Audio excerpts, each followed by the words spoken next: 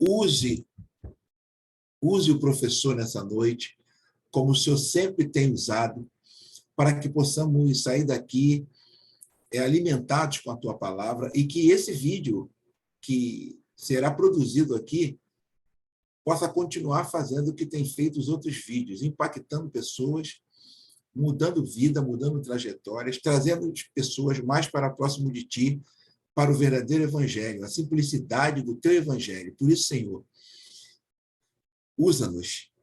Em especial, nosso professor, mais uma vez, eu te peço, em nome de Jesus, amém e amém. E antes de passar para o professor, eu gostaria de fazer a leitura do texto, que como existem pessoas como o nosso amado irmão que está dirigindo, você permite, professor? Claro, muito bom isso, Isaías. O texto se encontra em Marcos 2, do 13 ao 17. E diz assim o texto.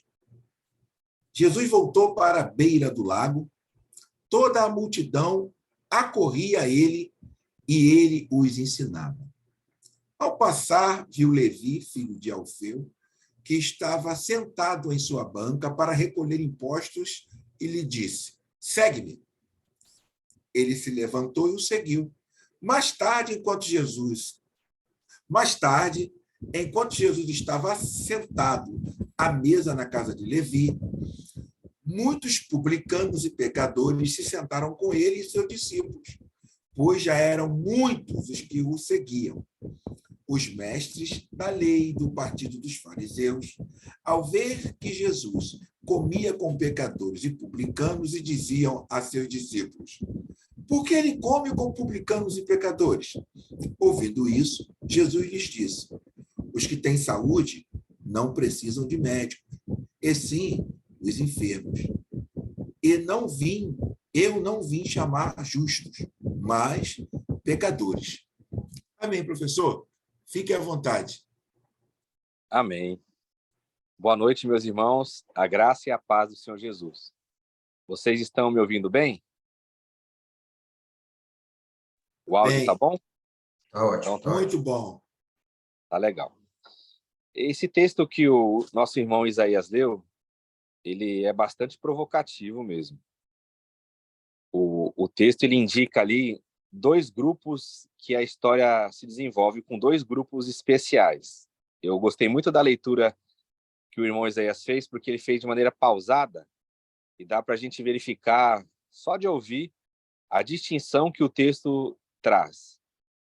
Um grupo é uma massa de pessoas que tem lá os publicanos e pecadores. E o outro grupo, o texto fala de maneira bem clara, os mestres da lei do partido dos fariseus. Então, o conflito aí nesse texto é entre esses dois grupos. O que acontece aí? Jesus, no início do seu ministério, ele começa a percorrer as regiões ensinando. A grande parte do seu ministério foi a parte do ensino.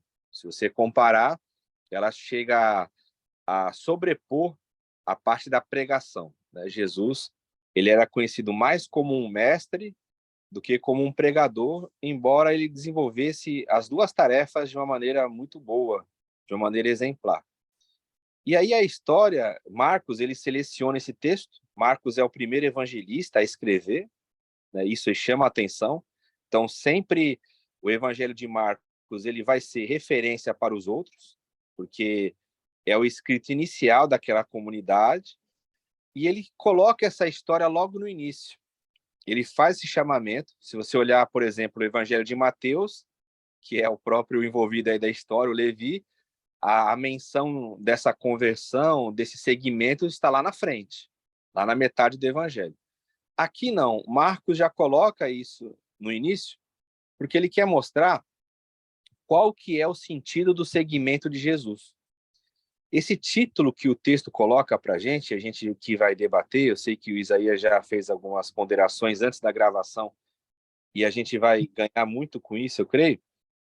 Esse título, Amigo de Pecadores, Amigo dos Pecadores, ele é um título, talvez, tirando aqueles títulos específicos da cristologia, que é Jesus é o Senhor, Jesus é Deus, é o Filho do Homem, né? O Filho de Deus, tirando esses títulos cristológicos, essa menção, ele é a menção mais poderosa que o Evangelho apresenta para a gente. Jesus como amigo dos pecadores. É claro que a origem dessa expressão, ela é uma origem negativa, porque esse partido dos fariseus, os mestres da lei, eles não aceitam que Jesus, sendo um mestre, sendo um rabino, ele venha sentar na mesa com os pecadores. Por que que eles colocam isso? Há toda uma tradição, né? Por exemplo, eles interpretavam o Salmo 1 como sendo dessa forma. O Salmo 1 mostra a distinção dos grupos, aqueles grupos dos que eram justos, do grupo que servia a Deus, e o grupo dos pecadores, os escarnecedores, né? Então, para eles, Jesus estava quebrando ali o princípio do Salmo 1, por exemplo. Por isso que eles perguntam, eles são mestres da lei. Todas as perguntas que eles fazem, elas estão embasadas na lei. Porque como eles são peritos na lei, o que eles vão usar contra as pessoas? A própria lei. E como eles eram autoridade, qualquer pergunta que eles faziam nesse sentido, não havia uma resposta satisfatória. Por quê? Porque o povo ele era raso no conhecimento da lei. A tradição que dominava, quaisquer dúvidas, eles iam para os mestres da lei. Então, tudo que o mestre da lei falava era tido como sendo a própria lei, né? A interpretação deles era como se fosse a interpretação de Deus. O Alberto Maggi ele tem um livro que ele explica muito bem isso, né? Essa questão do Evangelho, como ler o Evangelho sem perder a fé. A gente até colocou lá no grupo. Então, lá é explicado que a interpretação desses homens era como se fosse o próprio Deus falando. Então, quando eles olham essa situação, eles vê ali Jesus fazendo aquele chamamento para Mateus, para Levi. Ele era um homem publicano. Publicano hoje seria, na linguagem aqui do Rio de Janeiro, um miliciano. Né? O pior miliciano que a gente pode ter é aquele que vai lá e cobra o imposto do povo e ainda pega mais do que era o necessário, mais do que era da lei. Então, eles forçavam muito nessa questão financeira. Era alguém que era tido como sendo uma pessoa que era infiel à pátria, porque servia também ao Império Romano. Então, era uma pessoa totalmente odiosa e odiada. Aí Jesus passa ali pela onde ele estava coletando os impostos, faz o chamamento e esse homem começa a seguir Jesus. E Jesus ele vai até a casa dele. E o grupo que ele encontra lá é um grupo muito interessante, né? O texto fala que tinha muitos publicanos e pecadores assentados ali, comendo, como se fosse ali uma festa das pessoas que eram tidas como os excluídos de Deus, as pessoas que eram excluídas da religião, as pessoas que não tinham valor ali para a questão da fé. E aí os mestres da lei, eles participam disso. O interessante é que eles sempre observavam Jesus. Né? Eles começam a fazer isso com João o Batista, eles começam a enviar pessoas de Jerusalém para observar aquela prática do batizador, e agora eles começam também a seguir Jesus. Por quê? O texto vai falar que muita gente já estava seguindo a Jesus. Então Jesus se tornava uma ameaça. Os ensinos de Jesus estavam ganhando a adesão popular, estava tirando o foco do templo, da religião deles, porque Jesus chegava como alguém que trazia uma novidade, que trazia um alento ali para aquele povo, né?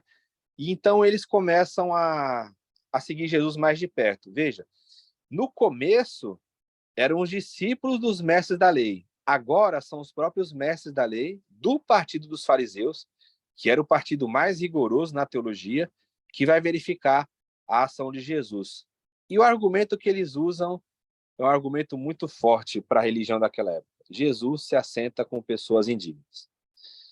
A gente lendo isso hoje, né, com a nossa lente já 20 séculos depois, a gente lê esse texto com uma naturalidade.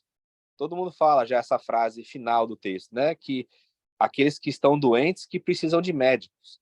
Mas se você fizer o segmento correto do texto, se você chegar e se colocar naquele ambiente sem querer já apontar o final, mas vivendo a história, você imagina o impacto que isso teve. Uma pergunta. Jesus, ele é considerado um rabino. Ele é importante. Para já começa a ele como Messias, uma postura totalmente diferente dos mestres da religião, né? Que argumento que Jesus usaria? Porque aonde era para Jesus estar? Se ele é um mestre, se ele é um rabino, era para ele estar exatamente andando com os mestres da lei. Era para ele estar ali no templo, era para ele estar junto da elite, era para ele estar falando as mesmas palavras que aqueles mestres. Para ele esperado, porque Jesus não era da tribo de Levi, ele não era um sacerdote ordenado pelo templo, ele não tinha questões familiares que o exaltassem. Ele era um homem muito simples, ele era um homem que era um homem do povo, ele era um homem totalmente humilde. E quando ele diz isso, que os doentes precisam de médico, se nós observarmos essa frase, é uma frase muito forte, porque a cura para essas pessoas, o que ele está dizendo ali, que a cura deles não está no templo, a cura não está naquela religião, a cura não está no Deus que eles pregam lá todos os dias, mas a cura está exatamente nessa andança com Jesus, no seguimento de Jesus. Ele veio curar essas pessoas. O Evangelho de Marcos, e aqui eu encerro e passo para o irmão Isaías e para os irmãos comentarem, ele coloca esse fato, mas ele não dá um destaque muito grande. Se você observar, por exemplo, o Evangelho segundo Lucas, lá você vai ver que sempre Jesus está comendo. É o que nós chamamos das comensais, né? É quando você assenta ali à mesa, começa a comer com as pessoas, e ali o ensino começa a fluir. Lucas, ele observa isso muito bem, né? Aqui nós temos o relato, Marcos ele vai sempre rápido, é um escrito objetivo, direto, mas como Lucas ele trabalha melhor o texto, usando também Marcos como uma fonte, você vai ver que no Evangelho de Lucas, essa questão da comida ela é muito mais elaborada. É sempre Jesus comendo, ensinando que os conflitos surgem, principalmente com os religiosos. Né? Você pode ver sempre que Jesus ele aceita um convite, ele vai lá comer, e quando ele está comendo, sempre surge algo que traz uma reflexão, que traz um ensino. Então, quando Jesus ele termina essa história dizendo que os doentes precisam de médicos, ele faz uma ironia, ele chamando aqueles homens que, na verdade, eram os verdadeiros doentes da religião. Ele diz que eles são sãos, que os sãos não precisam de médicos, porque eles não queriam se aproximar de Jesus, mas os doentes, sim. E quando Jesus identifica eles como doentes, na realidade, Jesus já está se colocando ali como alguém que vai transformar a vida daquelas pessoas. Eles não vão mais continuar com a sua doença. E aqueles que se julgam são, eles vão continuar, de fato, adoecidos. Por isso que o Evangelho sempre coloca essa contraposição, né? Jesus, ele diz, eu vim para que os cegos enxerguem e aqueles que não são cegos passem a não enxergar.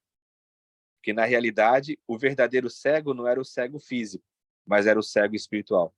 Então, essa jornada de amigo de pecadores, ela é uma jornada incrível, né? Porque nós podemos estar aí na leitura do Evangelho olhando assim, aquelas pessoas eram pecadoras, né? Eram o pior que tinha na sociedade. Mas nós estamos ali, nós somos essas pessoas. Se nós somos alcançados por Jesus, nós podemos pegar esse título e atribuir também a nós, né? Nós somos os pecadores, o qual o nosso grande amigo celestial nos alcançou. Nós éramos aqueles desprezados, aquelas pessoas que não tinham valor algum.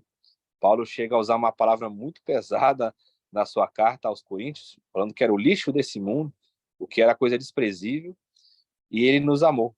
E ele veio nos resgatar, ele se torna o nosso amigo, e ele não nos chama mais de servos, né?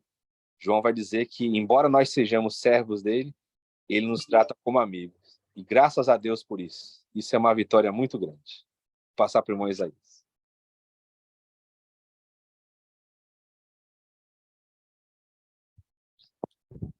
Irmão. Eu me sentia um desses, né? Eu me sentia um desses porque eu sou aquele que a família toda não acreditava mais, mas existia umas 5 irmãs que elas tinham um amor por mim muito grande junto com a minha mãe, e elas iam lá para casa fazer aquelas campanhas, né, de oração. Chegavam lá 4h30, 5 horas da manhã, batiam na porta, um lugar perigoso. Então, aquelas idosas iam lá, batiam na porta, minha mãe abria quietinha e elas oravam ali em casa, em silêncio. Quando dava 5, 5h15, 5h30, elas iam embora. E às vezes eu chegava já bêbado, deitado, e elas oravam por mim sem eu saber. Eu fui saber bem depois dessas orações. Então, eu tenho que ser grato a Deus por Jesus ter me escolhido e me convencido. Mas eu vou abrir para que todos aí possam dar a sua visão a respeito do texto, observar o que vocês acharam dessa postura de Jesus, porque é realmente assustador. Mas eu gostaria de dar o pontapé inicial mostrando a respeito da maneira que Jesus tinha sempre em ir para as cercanias. Ele ia para a Baixada Fluminense, ele ia para os logradouros, ele ia para os locais mais humildes. Não é? E o texto, se você for fazer uma pesquisa como eu fiz, depois eu li essas páginas que o irmão Hilton manda para a gente, também diz que os impostos ali eram cobrados das pessoas que passavam com mercadorias. Então, esse publicano ele era odiado. Eu creio que as pessoas fugiam dele. E, para não me estender muito, irmão Hilton, eu vejo como foi proposto pelo autor desse estudo que nós colocássemos Jesus hoje. Porque não adianta nós fugirmos disso. Não é? A sociedade que nós vivemos é uma sociedade onde existem muitos publicanos e muitos pecadores. Só que, hoje, eu vou citar, a cristandade, hoje, o povo que se diz cristão, o povo que se diz amigo de Deus, amigo de Cristo, que ama os pecadores, o povo que faz evangelismo nas igrejas, né? Que sai às ruas para entregar panfletos, que faz culto na praça. Esse povo, não generalizando, eles não vivem no meio dos pecadores. Parece algo contraditório. Eles não vivem no meio dos gays. Eles não vivem no meio dos cantoplecistas, dos umbandistas. Eles não vivem nesse meio. Eles não têm nem amizade. Para concluir a minha fala, minha primeira participação, eu me lembro, na minha igreja que eu congregava, a Assembleia de Deus, um pastor muito amado, até hoje.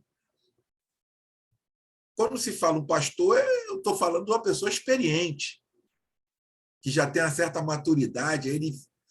Eu glorifico a Deus, porque Jesus me salvou. Domingo, a igreja é cheia.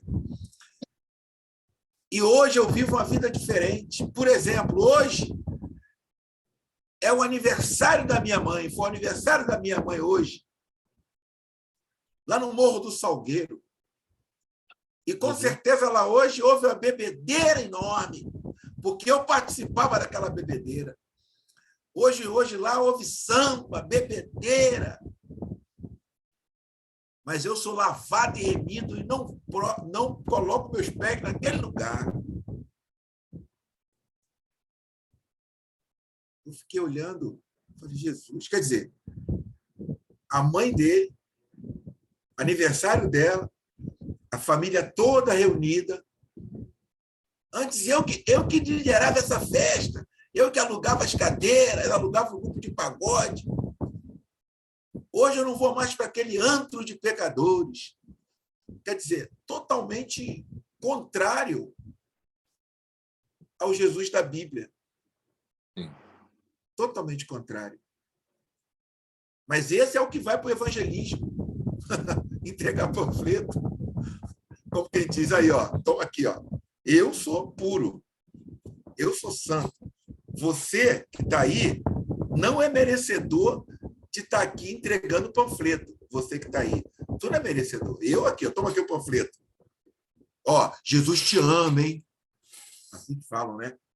O cara é líder do evangelismo. Ó, Jesus te ama, hein? Ó. Mas ali ele não para, ali ele não fica. Porque ali só tem os leprosos, né?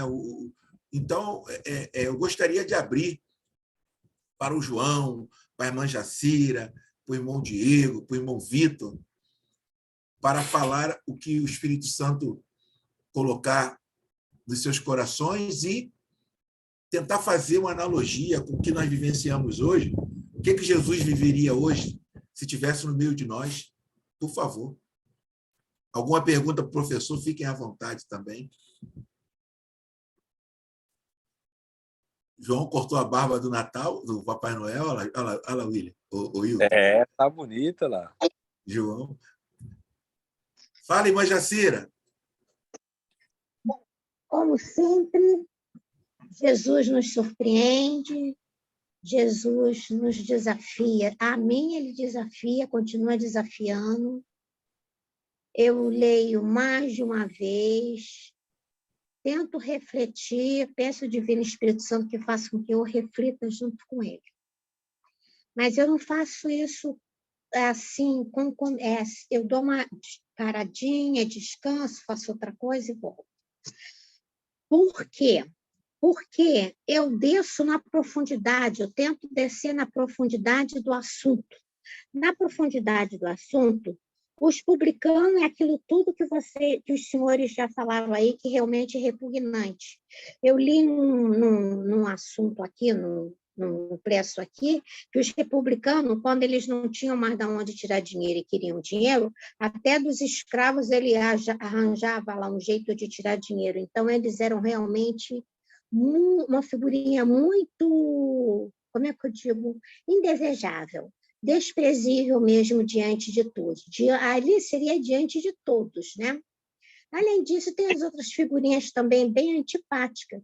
A figurinha dos viciados, dos drogados, dos loucos, dos demoniados que não faltam, aquele negócio todo. Moral da história. Vamos voltar ao tema, que é a refeição, aquilo que mais escandalizava na época, e que, atualmente, se Jesus fizesse isso, realmente continuaria escandalizando, porque é muito forte a situação. Agora, quando eu consegui chegar nos finalmente, assim, já está tudo arrumadinho, eu pensei o seguinte, teve uma pergunta no comentário do pastor Wilton, que fala assim, e você já sentiu Jesus como médico? Aí eu mesmo respondi, como médico, nas refeições, não senti Jesus nas refeições como remédio homeopático. Por quê? Porque eu senti Jesus como remédio, mais forte que médico, no meu entender. Ele era remédio. Por quê? Porque ele não quebrantava, era raríssimo ele quebrantar. Claro, para toda regra existe exceção, minha gente. Por exemplo, Levi foi uma exceção, o Zaqueu foi uma exceção, no ato se converteram. Mas vamos falar do mais comum. O mais comum é no ato eles não se converterem, né? Então, o que Jesus fazia com esse pessoal? Ele usava exatamente os momentos, né, porque podia cantar e beber vinho. Então, no momento lá que havia possibilidade, né, porque todos falavam, todos comentavam, né? Jesus fazia o ensino dele de uma forma bem diferente, bem light, bem didática, que só ele mesmo sabe como fazer. E, com isso, ele ia plantando no coração daquela gente e esperança, e tirando aquela ideia daquele Deus irado que eles tinham, que os fariseus lá nas igrejas pregavam, que era um Deus que tinha ira. Por que tinha ira e não gostavam deles, eles jamais seriam perdoados por Deus? Porque eles faziam tudo que Deus não gostava.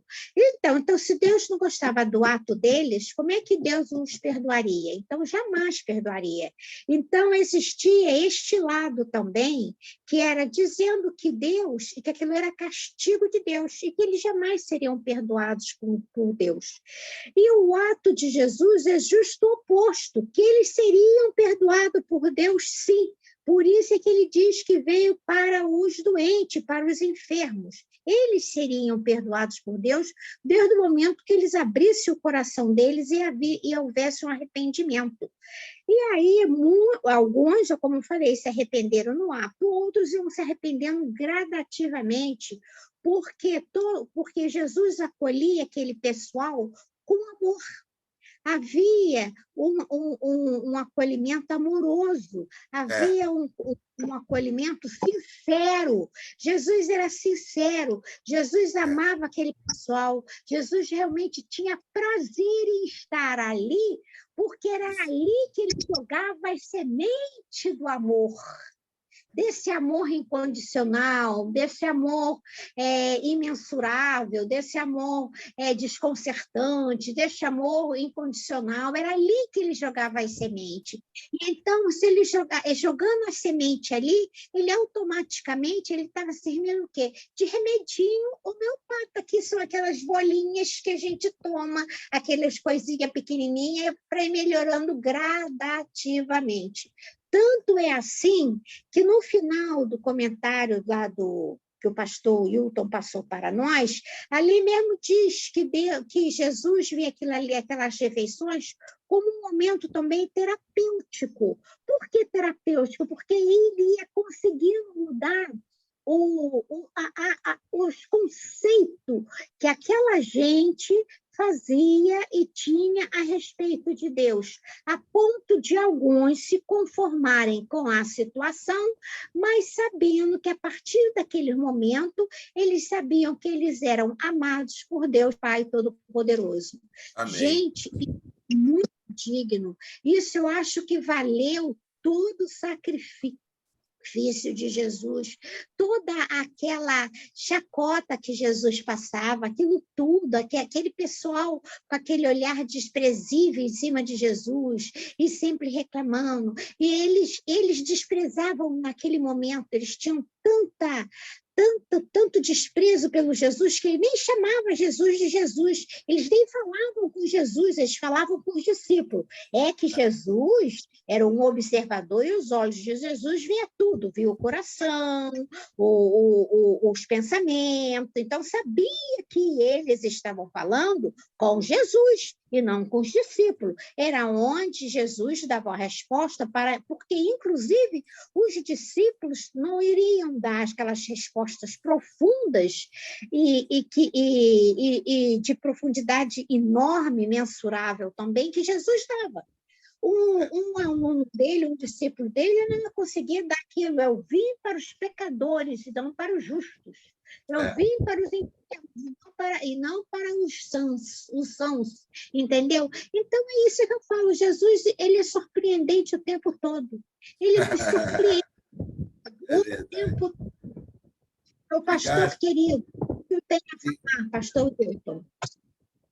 Obrigado, irmã Jacira. Irmão Hilton, a irmã Jacira, ela quer que tu dê um resumo sobre o que ela falou, que é lindo, né? Ela usa os sinônimos lindos, né?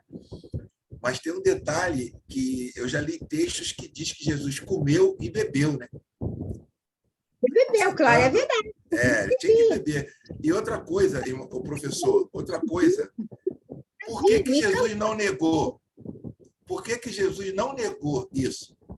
Lembra essa questão dele não negar? Tem duas passagens que ele não nega.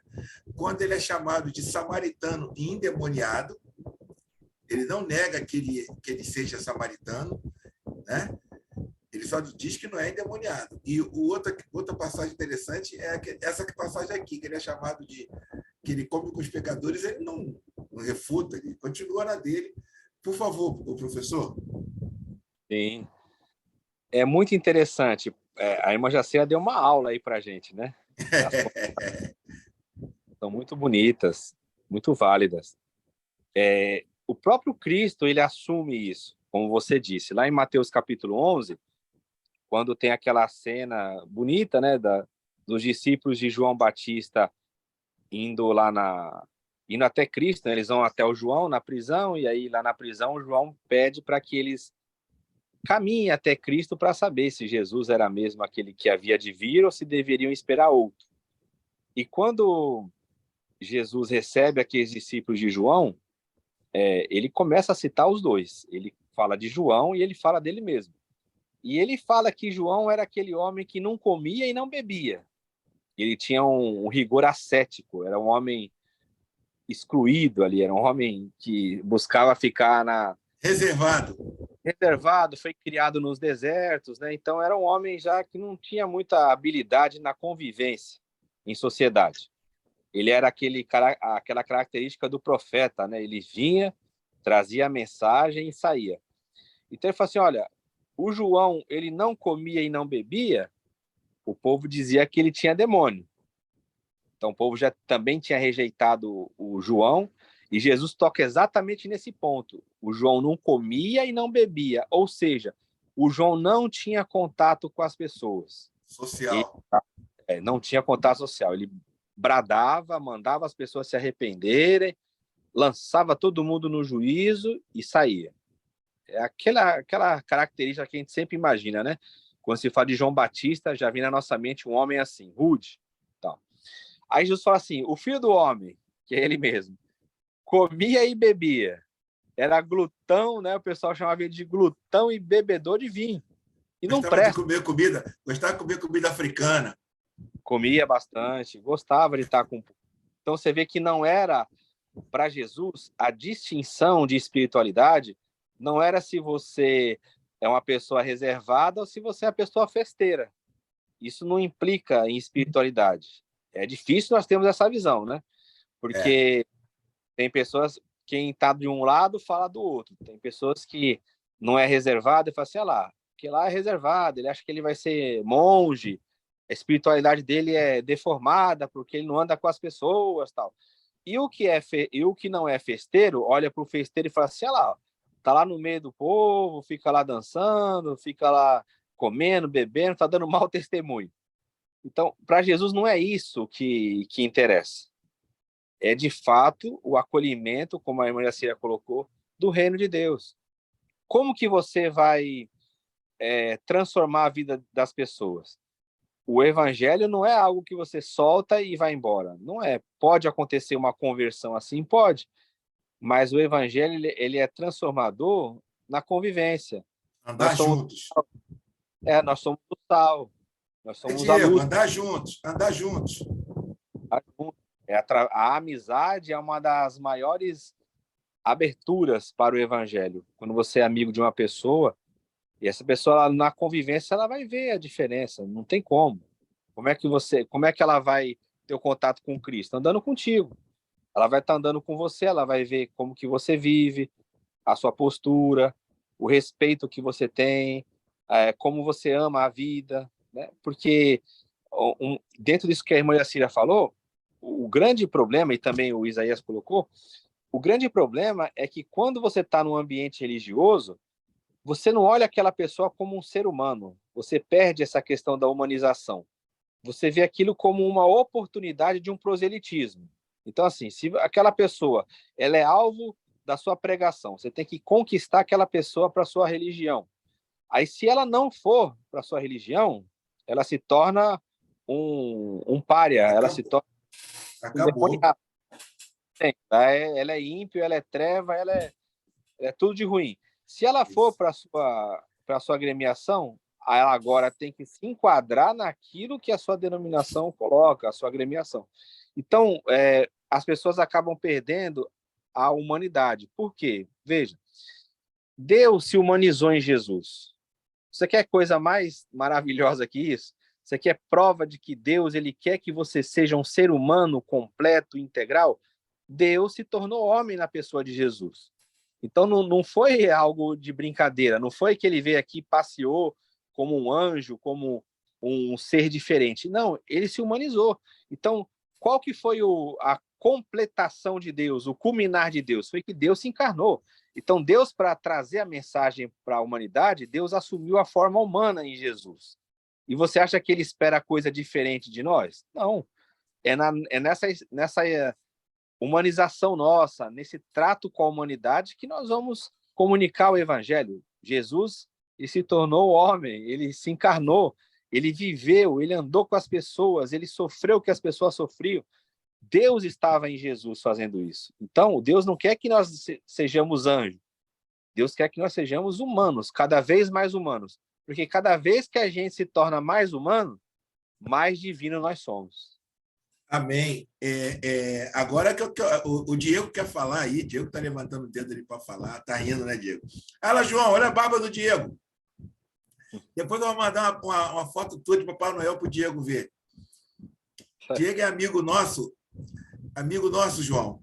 Agora, o Hilton, eu não ia falar, mas você me deixou uma brecha.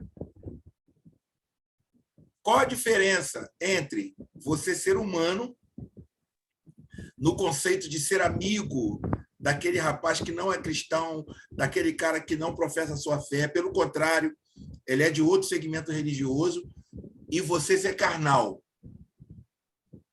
Porque você é chamado de carnal quando você não anda com os espirituais, labachúbia, né? Você é chamado de carnal. Agora, eu, por exemplo, o João, o próprio Diego aqui, que eu sei o trabalho dele, nós andamos com pessoas não crentes. Pessoas não crentes e tal. Isso é carnalidade? É a mesma questão de Jesus, né? É a mesma questão de Jesus. Como é que você vai amar o próximo? Você vai começar a perguntar quem é o próximo? Quem perguntava quem era o próximo era o religioso. E aí Jesus vai dar aquela lição nele lá do bom samaritano. Então, não tem quem é o próximo. Você tem que amar o próximo, seja ele espírita, crente, evangélico, católico, ateu. Ele é a criação de Deus. Ele é o próximo. Se você tiver uma espiritualidade avançada mesmo, essa questão que você falou de ser carnal e espiritual, se você pegar, por exemplo, um Francisco de Assis, o homem amava até as plantas. Amava o sol, a lua, chamava irmão, porque ele entendia que toda a criação refletia Cristo. Isso aí que é espiritual. Você olhar a água na hora que você está tomando banho e falar assim, olha, isso aqui é uma representação de Deus, porque Jesus é a água da vida. Essa água que está vindo aqui, ela só existe porque Deus criou ela. Quando você está fazendo amor lá com a sua esposa, não é pecado. Você está lá e fala assim, ó, eu só tenho esse gozo aqui, essa alegria, porque isso aqui foi implantado por Deus.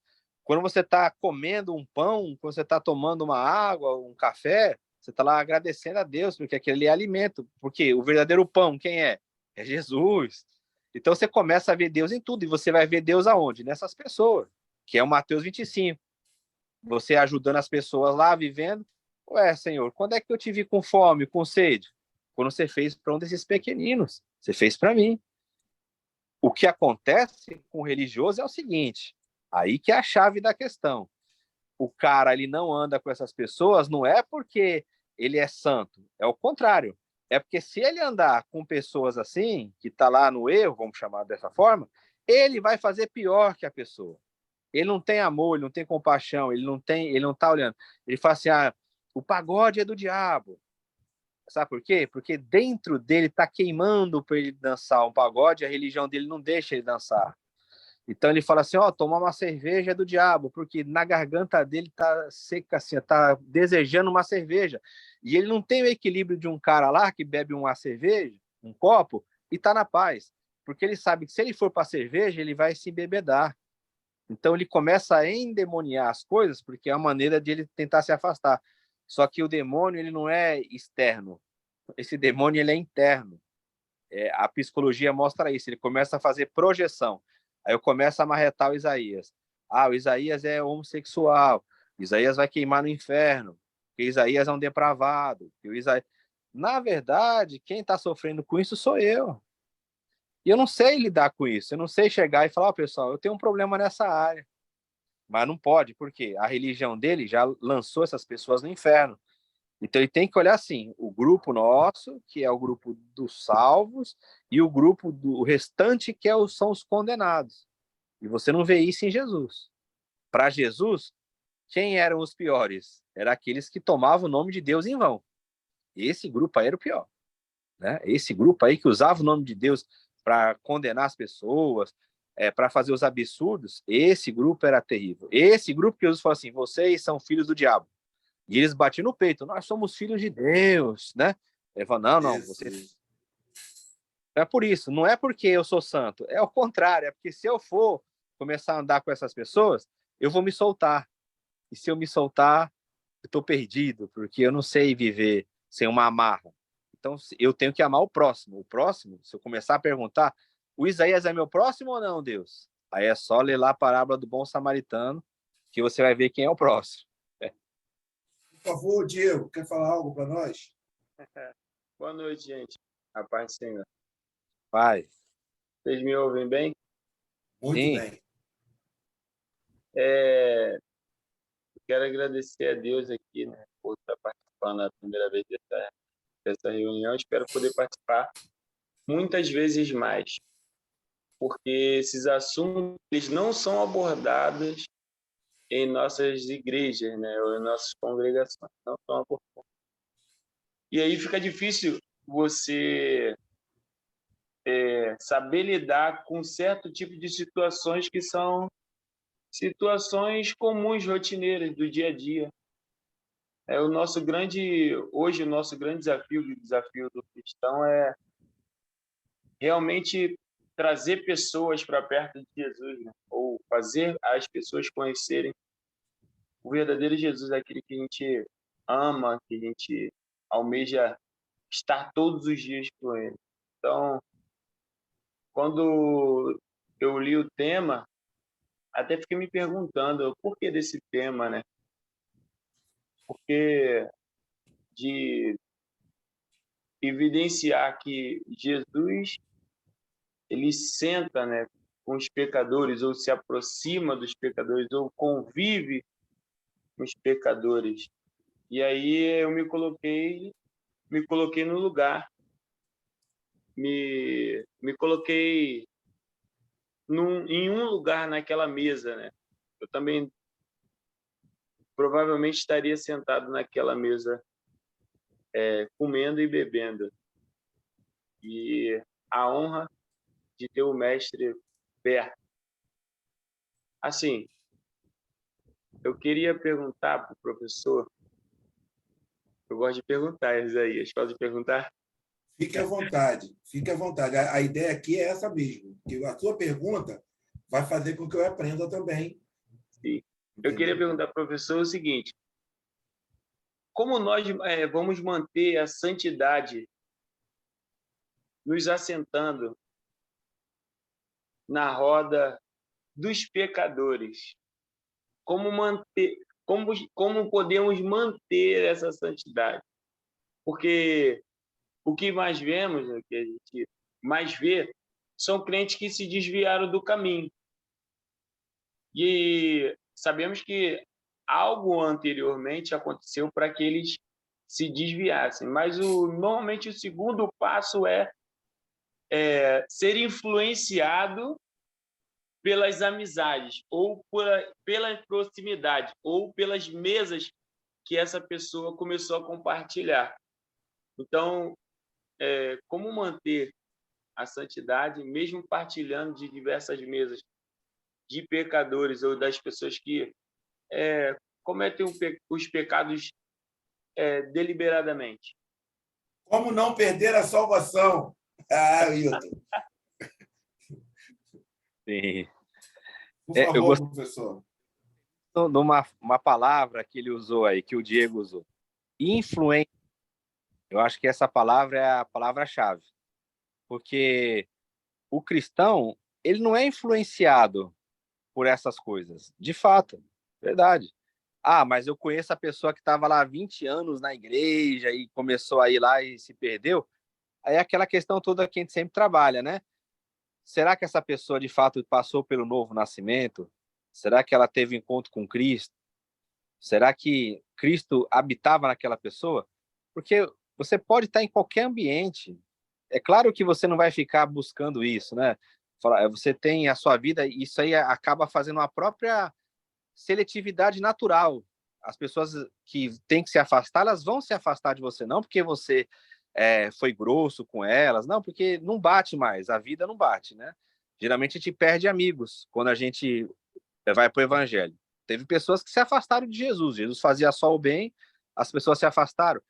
Dentre os 12 tinham lá que eram filho do maligno, Judas, né? E Jesus nunca negou nada para ele. Então, Diego, essa seleção natural aí ela ocorre. Pode acreditar. O Diego agora ele não faz mais parte do nosso grupo, ele não bate mais, a ideia dele não bate mais. Então você vai encontrar amigos que vão se afastar de você e vão falar assim, cara, valeu, não dá mais, que a nossa vida é zoeira, tal, beleza. Agora tem o outro grupo que respeita, tem mesmo sendo, assim, tendo uma vida diferente da nossa, ele vai chamar você para uma festa, ele vai chamar você para um almoço, ó, minha esposa aqui fez o almoço, Diego, vem aqui em casa. E aí que tá essa palavra que você falou, a influência. Eu não vejo que um cristão, eu vou chegar lá, o cara tá ouvindo o pagode dele, o samba, o rock, né? Eu já comentei aqui com os irmãos uma vez, que eu não gosto muito de dar exemplo, mas eu vou dar um aqui para ilustrar. O meu irmão, ele é heavy metal, o meu irmão é aquele Iron Maiden, aqueles grupos lá pesadão, né? E aí teve um churrasco de Natal, sei lá nos anos 2000, quando eu morava em São Paulo ainda, né? E aí ele falou assim, ó, vai ter um churrasco lá em casa, você quer ir? Aí eu falei, eu vou. Ele falou, vai estar meus amigos lá, eu falei, tranquilo. Aí eu fui. E aí começa assim, tudo cabeludão, né? Aquele pessoal. Hoje é normal ter tatuagem, mas naquela época não era normal. Então tava aquela galera lá, as músicas deles lá. E eu tava lá no meio deles, né? Aí vinha um, falava comigo e tal. E aí na minha mente ainda ficava o questionamento. Eu falei assim, meu Deus, o que eu tô fazendo aqui, né? Mas era um pessoal bacana, um pessoal legal. Ninguém tava me ofendendo, ninguém. Eles estavam conversando. Aí entrava assunto de futebol, essas coisas todas. E aí o que eu achei bonito foi o seguinte, que na hora lá o pessoal tava bebendo, claro, e eu tava ali com refrigerante, com água, tudo, mas ali na companhia deles. E eu olhava para isso assim, poxa, um pessoal jovem, bacana, né? Não tão jovem, mas não eram idosos, assim, não era pessoa que tava ali bebendo porque não tinha mais esperança na vida. Eu começava a analisar eles ali, conversando. E aí quando deu perto da meia-noite, na hora da ceia, eu achei interessante que um deles falou o seguinte, ó, vamos pedir pro. Eles chamam o meu irmão de alemão, né?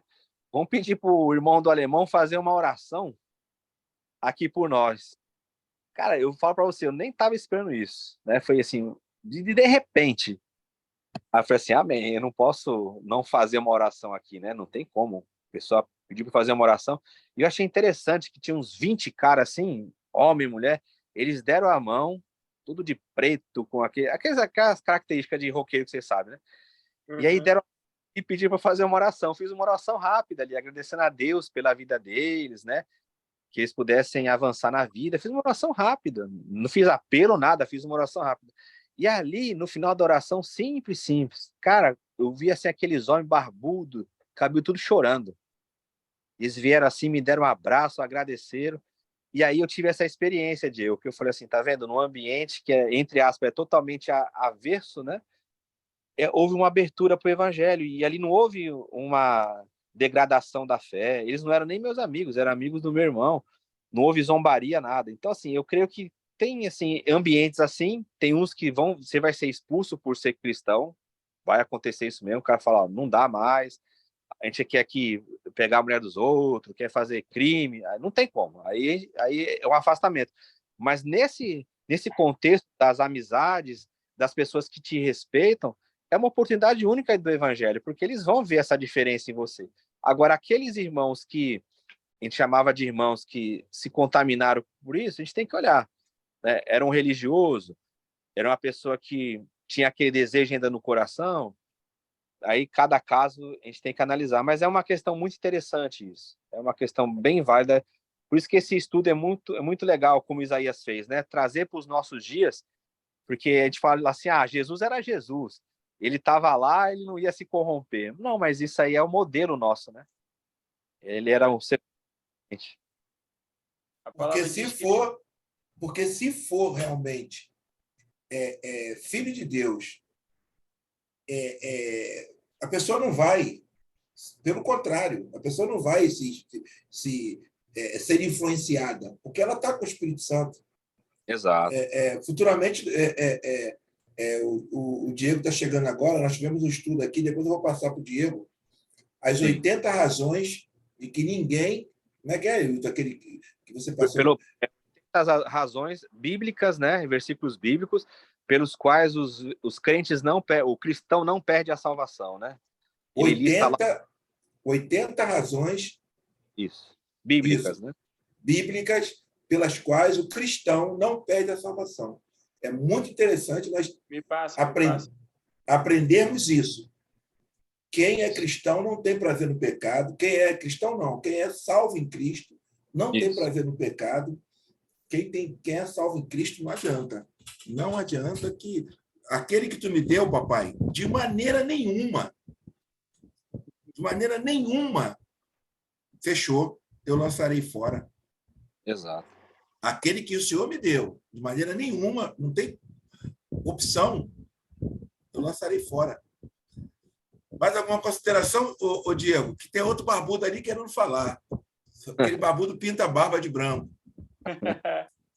Eu fiz essa pergunta justamente que é porque o cenário que a gente vê hoje, né, é justamente esse, de pessoas que estavam congregando, estavam com a gente, né, aqui do nosso lado, que realmente pareciam pessoas que, sabe, que Exato. Cristo fez uma transformação, mas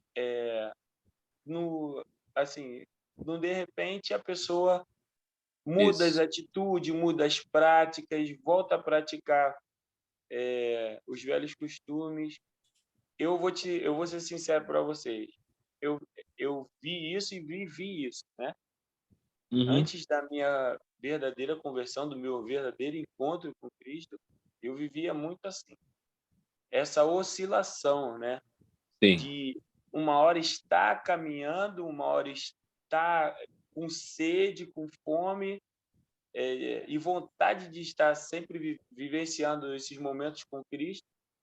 Sim. E, de repente, estar longe, muito longe, sabe? Correndo para estar, tentando estar perto, mas com vergonha daquilo que estava fazendo, né? Eu vejo muitas pessoas distantes de Cristo por isso, né? Porque não entendem que ele senta na mesma mesa para comer, para beber, para partilhar e para ensinar. Exatamente. Então, eu já me vi longe, eu precisei de ter um encontro com ele, né? Não somente eu, mas minha família. Eu, minha esposa, em casa, né? Deus nos visitou na nossa casa. É assim, ó, com todo o respeito que eu vou falar, não estou julgando a pessoa, né? A Flor de Lis, por exemplo. Quem que imaginaria que uma moça daquela que pregava, né, que falava, que pregava daquele jeito, tinha aquela entonação, faria coisas tão abomináveis, né? Então, assim, não tô Deus alcance ela, tal. Quem sou eu para falar dela? Mas é a questão da aparência, como você falou, né? Quem que imaginaria aquilo se olhasse pela aparência? Por isso que o evangelho é tremendo, porque ele vai lá no interior, para a gente não julgar se eu julgasse pela aparência, assim, aquela mulher ali é santa, aquela mulher faz e acontece, Deus está na vida dela pleno. E era só uma fachada, né? Infelizmente. João, quer falar, João? Estou te vendo, não. Tá. Agora apareceu. Eu estava analisando, eu não tive a chance de ler o texto todo, Mas eu fiquei analisando na fala do professor, Jesus, ele era um homem comum que tinha atitudes comuns que não era conhecida ou não era entendida por muitas pessoas, e ele vivia o dia a dia do povo. Então, quando estava à mesa, ele não saía convidando, eu vou comer ali na casa do Pedro, vai ter um jantar ali na casa do Tiago. O povo ia atrás. E aí os caras iam para ouvir e para perturbar também, né? Tinha muitos perturbadores. E a gente sabe que a mesa é o local em que há comunhão e há muita fofoca, né? Tem algumas piadas assim, pô, o pastor, o irmão, na igreja, saiu da igreja, foi almoçar e o pastor passou seu frango, passou seu arroz, porque malha o pastor. E as crianças escutam. E aí, para terminar, eu fiquei pensando na questão dessa fala doença, né? Qual é o pré-conhecimento que Jesus tinha da doença? Essa palavra doença é uma inserção do tradutor ou essa palavra... Lógico que não, né? A gente sabe que é a tradução e para a adaptação da nossa linguagem. Mas, com relação à doença, como é que a gente pode entender Jesus tendo um pré-conhecimento e dizer os sãos, os doentes precisam de médico, né? O Lucas ainda não estava ali, né? Exato. Lucas ainda não estava ali. Como é que entra no linguajar evangélico essa palavra médico e doença? Professor, como é que a gente pode entender isso? Não enrolei, não, enrolei? Não. Então, tá bom. Perguntas inteligentes, né? Wilton, isso é pergunta de quem fez Seminário Batista do Sul. Deixa de ordem aí. Eu aqui sou um neófito, É cara que já leu no grego textos aí. Mas é muito interessante essa pergunta. E eu creio que a resposta está na própria consideração que o irmão João fez. Jesus era do povo. E ele pega um dito popular que, na verdade, não era uma ofensiva para aquelas pessoas. Era um dito popular contra os religiosos. Por quê? Ele fala assim, como dizem, né? Então tinha um ditado lá que todo mundo conhecia. Ele falava naquela linguagem para todo mundo entender. Os sãos não precisam de médico. Só os doentes. Olha que interessante.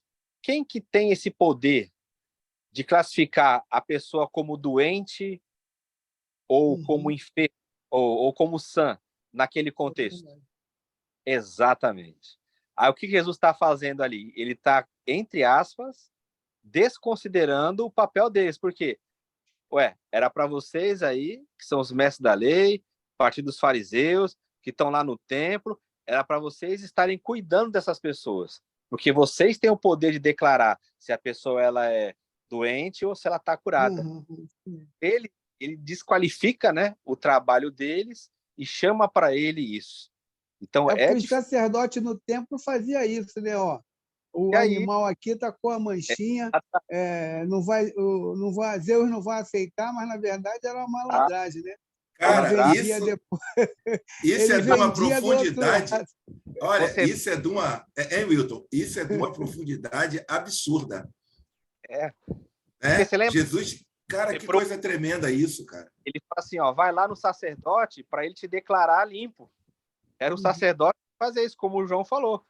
Então, ele tinha que se apresentar no sacerdote, o sacerdote ia chancelar a cura dele. Falar assim, não, ele agora está limpo, pode voltar para a sociedade. Ou seja, aquele pessoal que está lá, que Jesus está lá com eles, eles deveriam ser o pessoal alvo do religioso. Mas o religioso excluía. Então, o religioso não trazia vida, não trazia cura.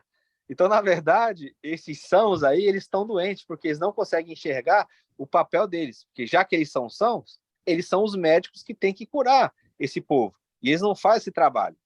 Então, é uma religião falida. É muito interessante isso. Rapaz, uma religião falida. Cara, obrigado, João, muito obrigado, que você foi lá igual o pessoal fala, lá no profundo escondido. Foi um certo... Jesus era um pouco sarcástico, né?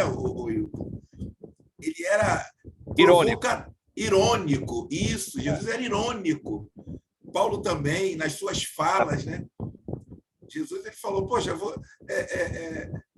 eu não vim para os bonzão, para quem tem saúde. Eu vim para os doentes. E os doentes que deveriam ser tratados, vocês que não são os inspecionadores, os leprosos que não são curados. Eu não mandei aquele leproso, curei o leproso e falei, procura lá os sacerdotes para ver se você está curado mesmo. Não é isso? Você vai ver uma ampliação disso aí que o João falou em Mateus. Porque lembra, a gente está em Marcos é o primeiro evangelho. Mateus ainda não existia. A comunidade ela recebeu essa informação. Aí, quando isso vai passar para outra comunidade, o Marcos vai pegar a sua origem em Marcos, o Mateus vai pegar em Marcos e outros textos, que o pessoal diz lá que é aquela fonte Kelly, né? Não vamos entrar aqui nisso. Isso. Aí. Mas o que Mateus tem que falar? Ele tem que ampliar esse conceito, porque é difícil. A gente fala hoje com os textos em mão. Agora, você imagina para aquela comunidade ouvir isso, que, na verdade, quem está doente são os bons lá, são os caras. Aí, o que Mateus tem que fazer? Ampliar. Onde que ele amplia? Lembra lá em Mateus 11?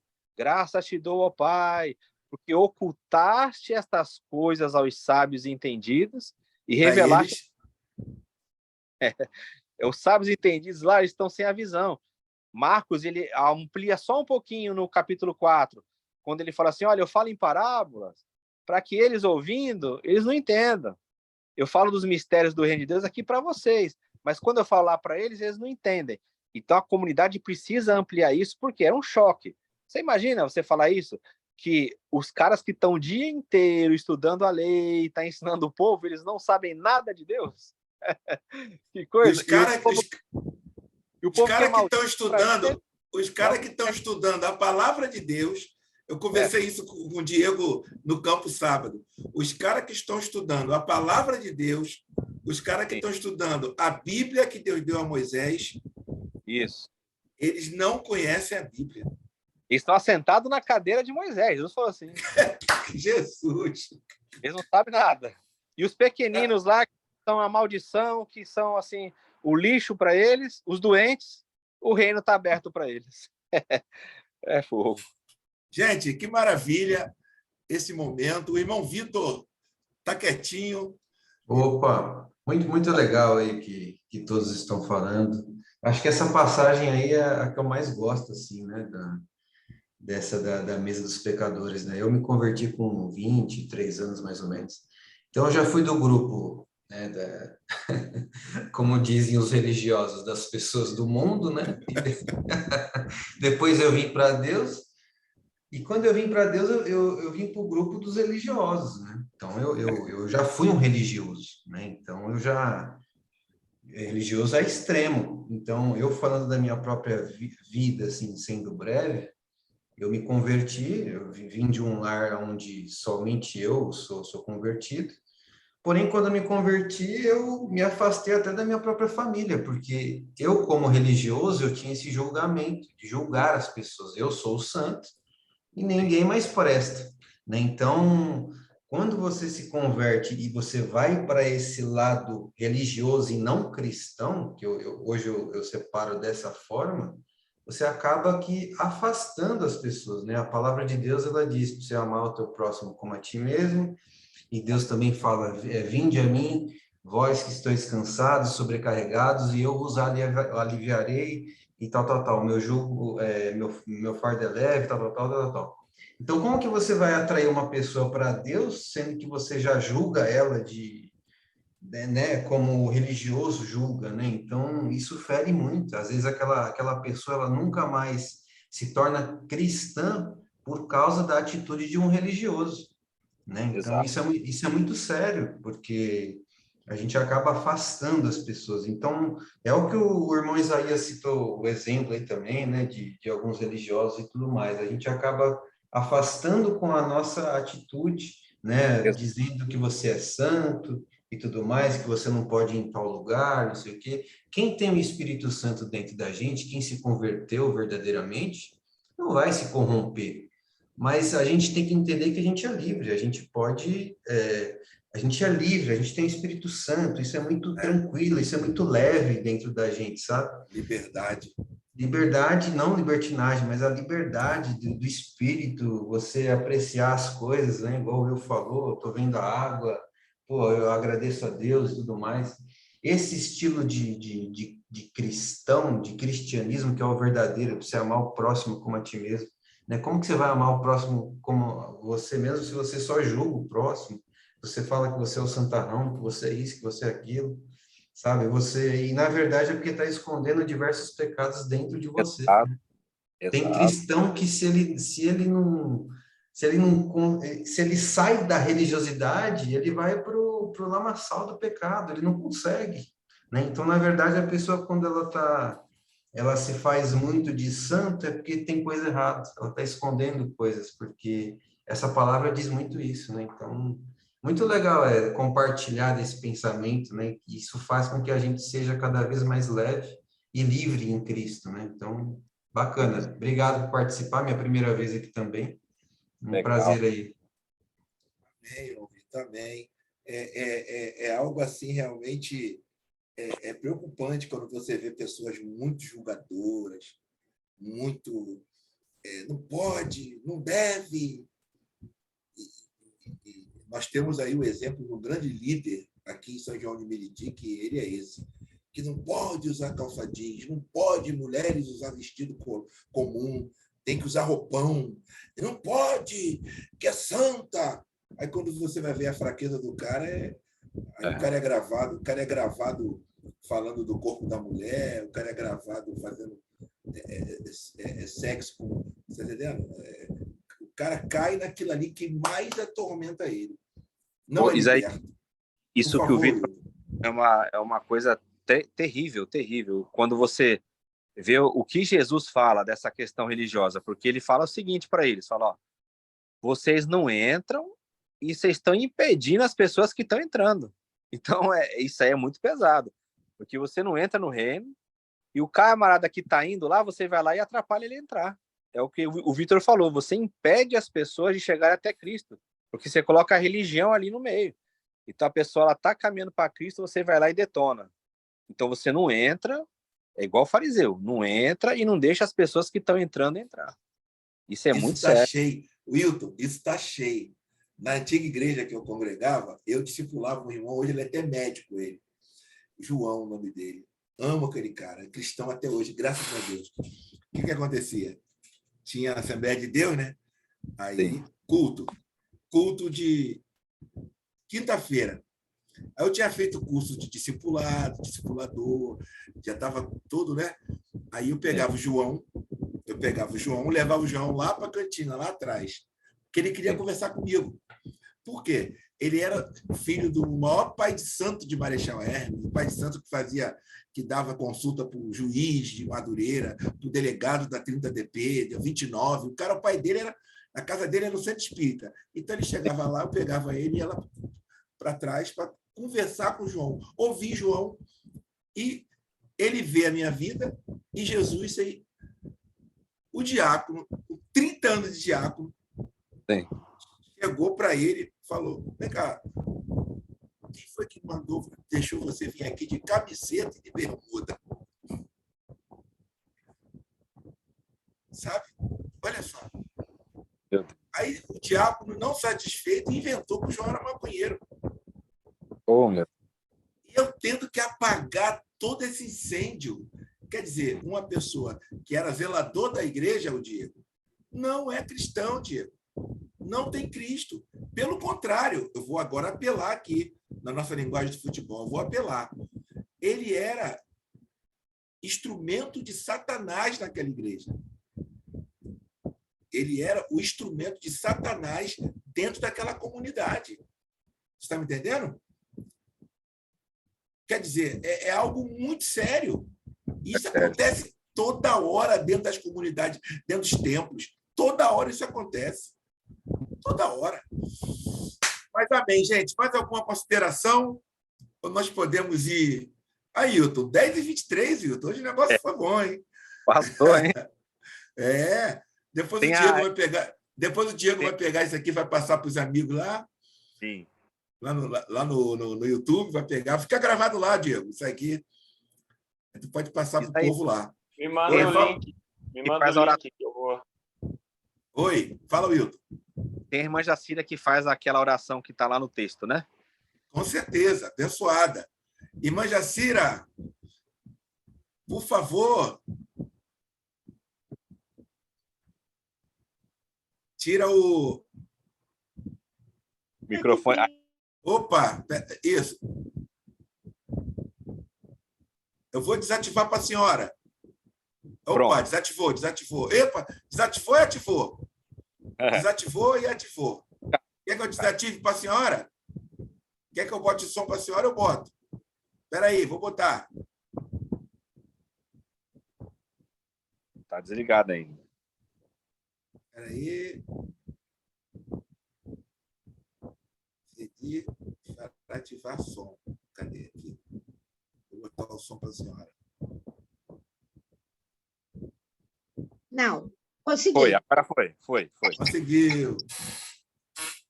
Temos hoje um texto, não recebeu o nome de oração, recebeu o nome de texto e uma oração. Aí no texto eles falam o seguinte: quando terminar de ler o texto, faz-se uma pausa, está pedindo para fazer uma pausa um pouco prolongada, para que cada um peça a Deus que cure o seu coração.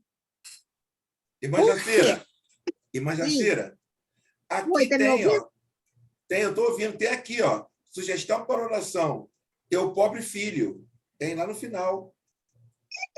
Então, tem uma outra, mas eu queria ler o texto também, que o texto fala. Tá. Beleza. Eu falei, tem uma oração e tem um texto. Isso, beleza. Tá tudo bem? Tá, tudo bem? Pode continuar. Tudo bem, pastor Wilton? Tá ótimo. Então, vamos... Tá ótimo. Então, depois que eu falar o texto, que vocês vão sentir que é texto, porque tem cada palavra que realmente não podia ser Jesus, aí, então, se faz uma reflexão breve, mas breve mesmo, mas não precisa nada. Aí passamos para a oração. Sim. Prometo não decorar. Teu pobre filho, o mundo chama. Sabe como? Maldito, ladrão, viciado, prostituta, bêbado, demente, esquizofrênico, vagabundo, terrorista, perdido, preguiçoso, louco, estuprador. Nós, justos e bons, os chamamos perdido, desastre, maltrapilho, desestruturado, inadaptado, melhor esquecê-lo, gastar forças em vão. Resto de naufrágio, pecador sem remédio. Para ti, Deus, tu, seu Pai sempre, ele sempre teu filho, teu pobre filho, enfermo de amor. Quem fez esse texto foi J. Zuberhauri. Se eu pronunciei errado, me perdoe. Agora passa. Tudo bem? Deu para refletir e pensar na palavra? Lindo? Profundo. Agora vamos focar. Agora é a oração. Não vieste, Senhor, para julgar, mas para procurar o que está perdido, para abraçar com ternura o que estava enfermo e frio, para libertar de culpas e temores o que estava cansado e deprimido. Tu que sabes que somos barro, aceita-nos como somos, com nosso passado de pecado, com o pecado do mundo, com nossos pecados pessoais, com nossas ambiguidades. Amém. Amém. Amém. Muito obrigado, irmã Jacira. Ai, tudo bem. Muito linda, irmã Jacira. Muito obrigado pela sua oração. E com essa voz aí de locutora da Globo, fica mais bonita ainda. Locutora da Globo, locutora de aeroporto. Fica uma bênção. Gente, então nós vamos seguir para o término, agradecendo a disponibilidade do nosso professor, pedir aos irmãos que não esqueçam de abençoar, né, o nosso professor. Todos nós aqui já temos o número do Pix do professor, que nós sabemos que o nosso professor tem uma história linda, não é? E ele se tornou empregado de Deus, servo de Deus para servir ao Senhor. Então, isso é lindo. Inclusive, o professor, nós estamos aí costurando com o Diego para fazermos um estudo lá. Diego canta pra caramba, professor. Diego é cantor, João. Diego é cantor, hein? Diego é cantor. Irmã Jacira, Diego é cantor, irmã Jacira. Tu também é outro que não atualmente. Me ouviu? Eu estou informando que o pastor Wilton, é outro também que nos surpreende. Na atual conjuntura, fazer o que ele fez, só mesmo muita fé, muita fé, muita fé. Ou é Deus Eu questiono acreditar tanto e confiar tanto em Deus. ou os dois, né? Loucura, né? A ponto de renunciar a um salário altíssimo por nada, meu amor. Tu és realmente surpreendente. Mas isso aí, irmã Jacira,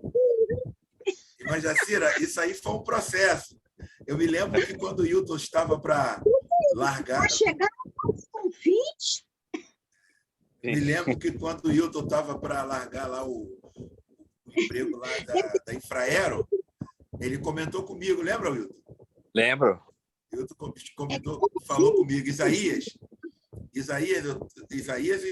falou comigo e com o pastor Alain na época.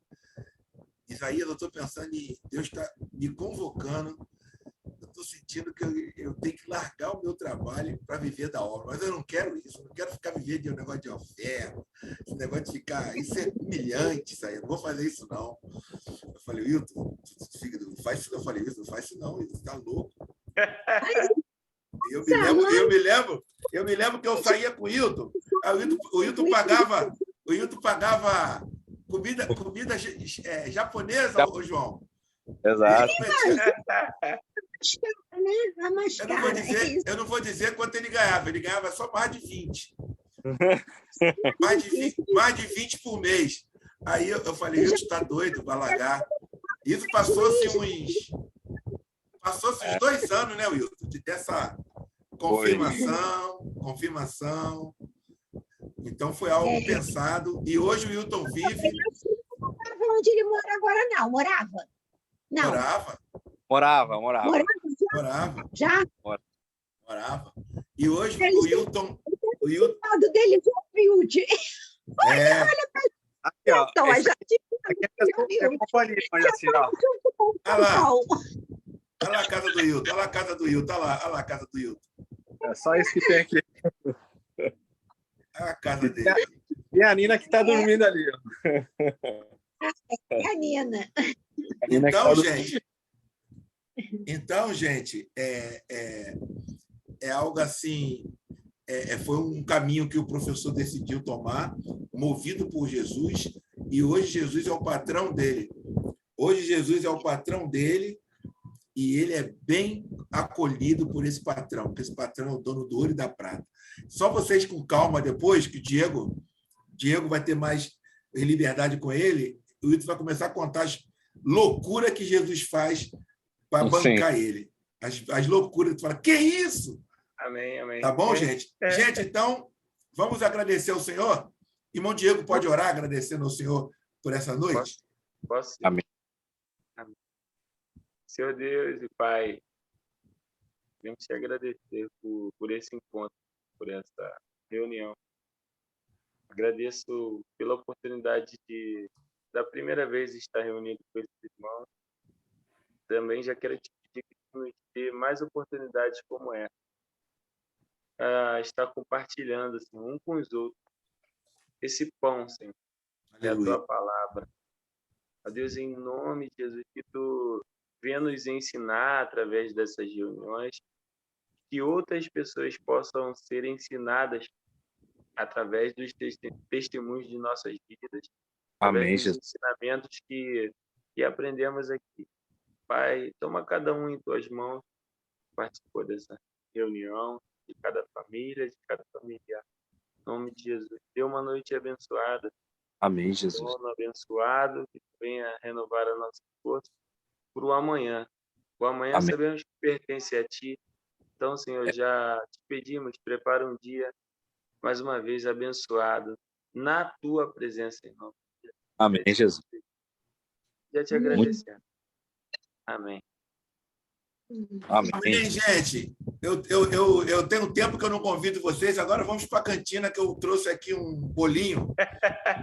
Vamos para a cantina. Tá todo mundo na cantina aqui. Valeu, João. Valeu, gente. Um abraço. Beijo, paz. Paz. Tchau, tchau.